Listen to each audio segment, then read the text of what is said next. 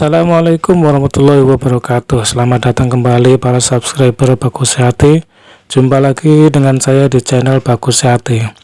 Di video sebelumnya saya telah membahas Saripati Al-Quran, dan kali ini saya akan membahas tentang adab etika untuk menuntut ilmu di kitab Ta'lim Muta'alim.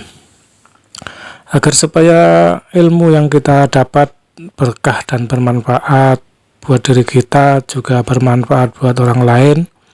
Jadi sebelum kita menuntut ilmu, kita harus tahu tata cara, adab, etika dalam menuntut ilmu. Ilmu ini penting dan harus dipelajari oleh semua orang tua yang punya putra-putri yang mungkin ingin anaknya belajar di pondok pesantren. Ilmu ini harus diajarkan kepada anak-anak kita agar kita tidak sia-sia dalam menuntut ilmu. Kalau kita sudah tahu ilmunya untuk menuntut ilmu dan sudah menerapkan pasal demi pasal dalam kitab Ta'lim Muta'alim ini, insya Allah kita akan mendapatkan berkah menuntut ilmu, berkah dari guru, juga berkah dari perangkat dari pengarang kitab yang kita pelajari. Para subscriber Bagus Sehati yang berbahagia, sengaja yang saya buat video ini karena banyak yang tidak tahu, apalagi orang tua yang ingin anaknya belajar di pesantren dan ternyata di pesantren tersebut tidak mengajarkan atau jarang yang diajarkan tentang ilmu Ta'lim Muta'alim ini atau ilmu tingkat dasar sebelum menuntut ilmu. Banyak orang tua ya sekarang yang tidak tahu ilmu Ta'lim Muta'alim ini. Kebanyakan orang sekarang juga malas baca, termasuk saya sendiri. Kebanyakan sekarang nonton YouTube.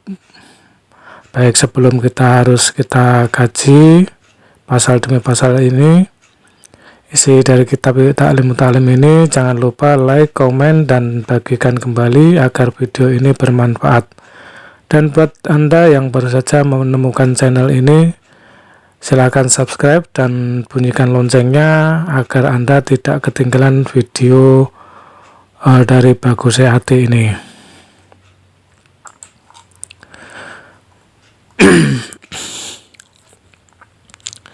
Baik, kita lanjutkan kembali tentang pembahasan tentang kitab Ta'lim Muta'alim ini.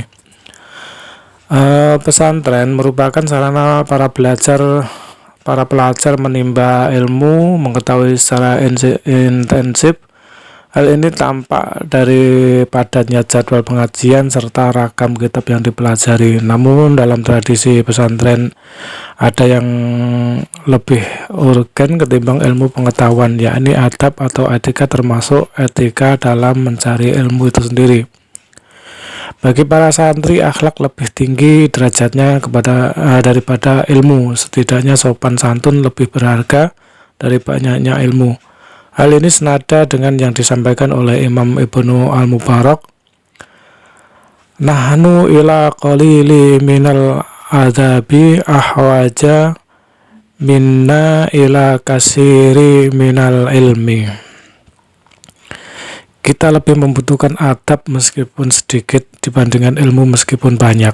Syekh Sato Dimyati Al-Bakri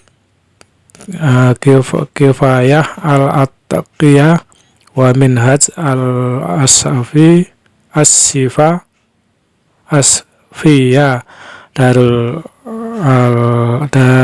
Al-Ilmiyah halaman 262. Dalam menggembleng akhlak santri, pesantren memasukkan pelajar tentang etika dan tata cara menuntut ilmu ke dalam kurikulumnya. Hal ini dilakukan supaya para santri memahami akhlak yang terpuji dan tata cara menuntut ilmu yang benar supaya ilmu mereka bermanfaat saat mengabdi di masyarakat. Ada beragam kitab yang digunakan dalam mempelajari akhlak, dalam pembelajaran akhlak di pesantren. Beberapa yang bisa disebut antara lain Al-Akhlaq lil Banin karya Syekh Umar bin Ahmad Baraja, Adabul Alim wal Muta'alim karya Hadratus Syekh Muhammad Hasyim Asy'ari, Bidayatul Hidayah karya Imam Al-Ghazali, dan yang sangat terkenal di setiap pesantren yaitu kitab Ta'lim Muta'alim Thariq At-Ta'alum karya Imam Al-Zarnuji. Kitab Ta'lim Thariq At-Ta'alum merupakan salah satu kitab yang menghimpun tuntunan belajar, namun lengkap penyusunannya adalah Burhanuddin Ibrahim Al-Zarnuji Al-Hanafi.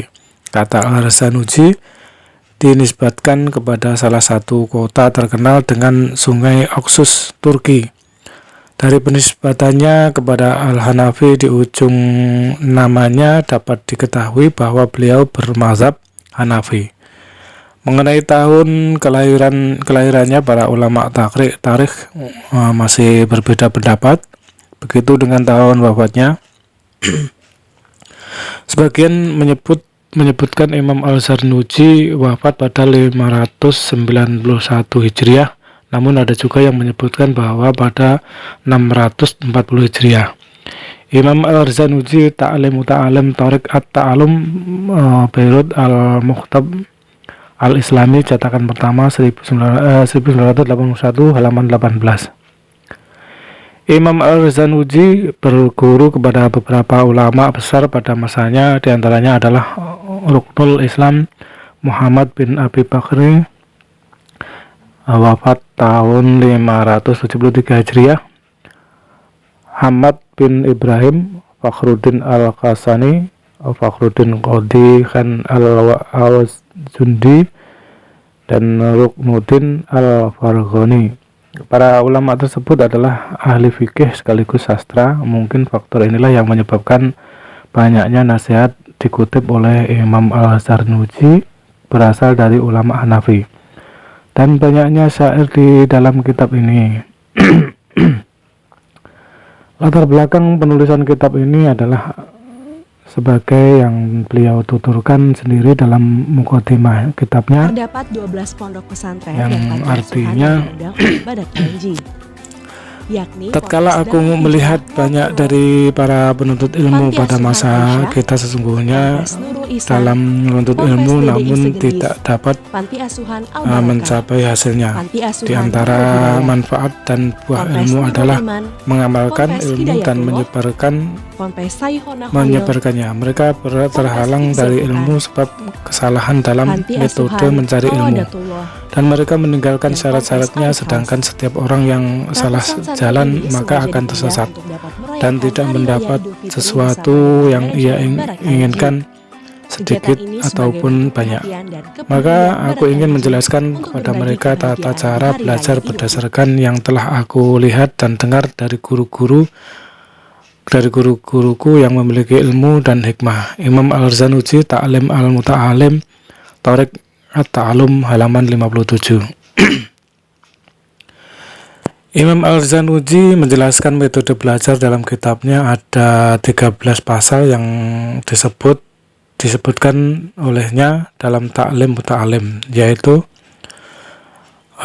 yang pertama yang ke-1 hakikat ilmu dan keutamaannya. Dalam pasal ini Imam Al-Zarnuji membicarakan perihal kewajiban menuntut ilmu, dan tidak semua ilmu harus dipelajari, karena yang wajib bagi mereka adalah ilmu hal seperti ilmu iman, ilmu sholat, zakat, dan semacamnya. Setelah itu beliau menyebutkan keutamaan-keutamaan menuntut ilmu. Di antaranya analogi Imam Al-Zarnuji akan keutamaan Nabi Adam alaihissalam dibanding para malaikat adalah karena ilmu dan yang dimilikinya. Imam Al-Zarnuji juga menjelaskan bahwa hukum menuntut ilmu ada 4. Pertama, fardu ain, salah satunya adalah ilmu wudhu dan sholat. Kedua, fardu kifayah, seperti ilmu cara menguburkan jenazah.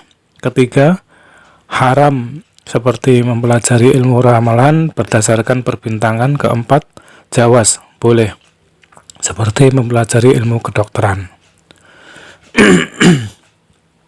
Kemudian yang kedua, niat kita belajar, yaitu niat sebelum kita berangkat ke pesantren. Nah, ini penting untuk orang tua yang ingin anaknya belajar di pesantren, karena mungkin di pesantren yang modern saat ini mungkin jarang diajarkan atau gimana. Ya kita antisipasi daripada nanti di sana tidak dihasilkan, lebih baik kita ajarkan dulu sebelum anak kita berangkat ke pesantren. Kemudian yang kedua, ketika belajar, Imam Ar-Razanuji menyebutkan bahwa seorang pelajar harus memiliki niat saat menuntut ilmu. Landasan yang digunakan beliau yaitu sabda Nabi tentang niat, innamal a'malu biniat. Sesungguhnya amal seseorang tergantung pada niatnya. Jadi nek ndelok hasil akhire iku apik, iku berarti ya niate ya apik.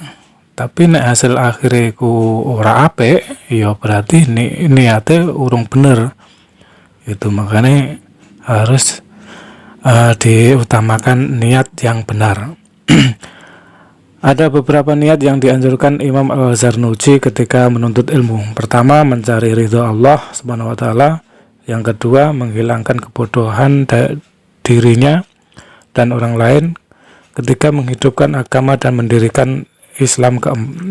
Keempat, mensyukuri nikmat akal dan kesehatan badan. Dalam pasal ini Imam Al-Zarnuji juga memberi peringatan supaya seorang pelajar tidak mencari dengan maksud mencari pengaruh supaya orang-orang berpaling kepadanya.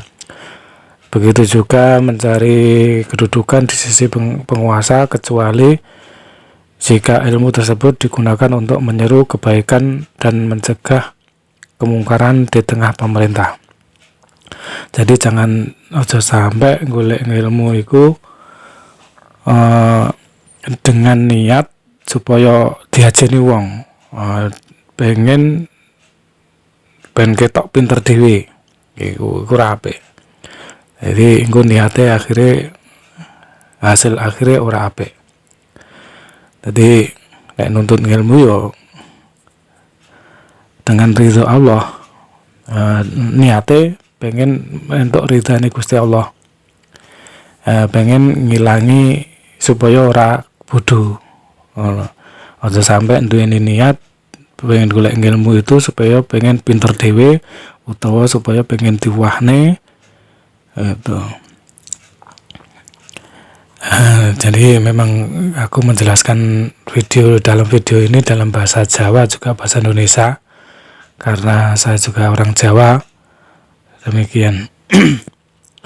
Kemudian yang ketiga, memilih ilmu, guru dan teman serta keteguhan dalam menuntut ilmu. Dalam pasal ini Imam Ar-Razanuji memberi saran bagi para pelajar untuk memilih ilmu, guru dan teman. Hendaknya bagi seorang pelajar mendahulukan ilmu dan yang dibutuhkannya sekarang dalam urusan agama, ilmu hal, baru kemudian mempelajari ilmu yang berguna baginya pada masa yang akan datang. Dan Imam Ar-Razanuji menyarankan agar mencari guru yang lebih pandai dan lebih sepuh dari dirinya, dan memilih teman yang tekun, warak, baik tabiatnya dan tanggapannya. Yang ketiga ini sing ping telu iki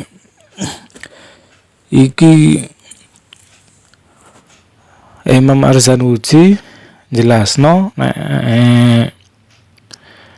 golek ilmu iku sing diutamakne ilmu hal dhisik, ilmu agama lah, ilmu keimanan, ilmu zakat, ilmu salat. Iku baru sing kedua golek guru. Golek guru sing bener-bener alim. Jadi aja mentang-mentang guru sing wong istilahnya wong dianggap wong pinter, wong ngerti, tapi ternyata ilmune kurang. Jadi ngene kudune golek guru sing bener-bener beriman. Aja angger-angger golek guru. Engko nek golek gurune kleru engko ya akhire kleru kabeh. Soale akeh zaman saiki wong pinter nanging keblinger.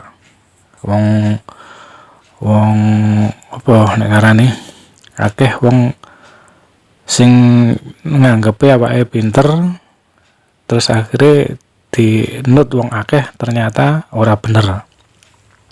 Kok sing ngati-ngati nek golek guru didelok sing penting guru kuwi nek arep guru kuwi didelok mbiyen mondoke ning ndi, sanad keilmuane tekan ndi. Jadi ora mung nasab tok, tapi mondoke ning ndi, gurune sapa, sanate kudu jelas. Nek ora jelas sanate, ora sah diguroni. Ngono. Sing ping telune golek kanca. Golek kanca ya sing bener, aja mung golek kanca sing meneng, sing anteng, sing bener-bener dewasa. Aja golek angger-angger kanca. Iki khususnya kanggo bocah-bocah saiki. Soale akeh pengaruh sing ora apik saka kanca. Mangkane nek golek kanca sing bener. Itu. Kemudian yang selanjutnya akan saya bahas di video selanjutnya karena nanti video ini akan terlalu panjang. Jadi saya jadikan 2 video.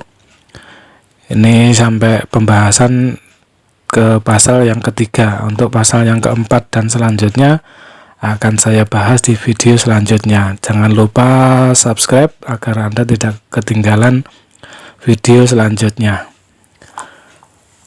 Baik, kita akan lanjutkan nantinya. Mohon maaf jika ada kesalahan dalam saya berkata. Akhirul kalam, wassalamualaikum warahmatullahi wabarakatuh.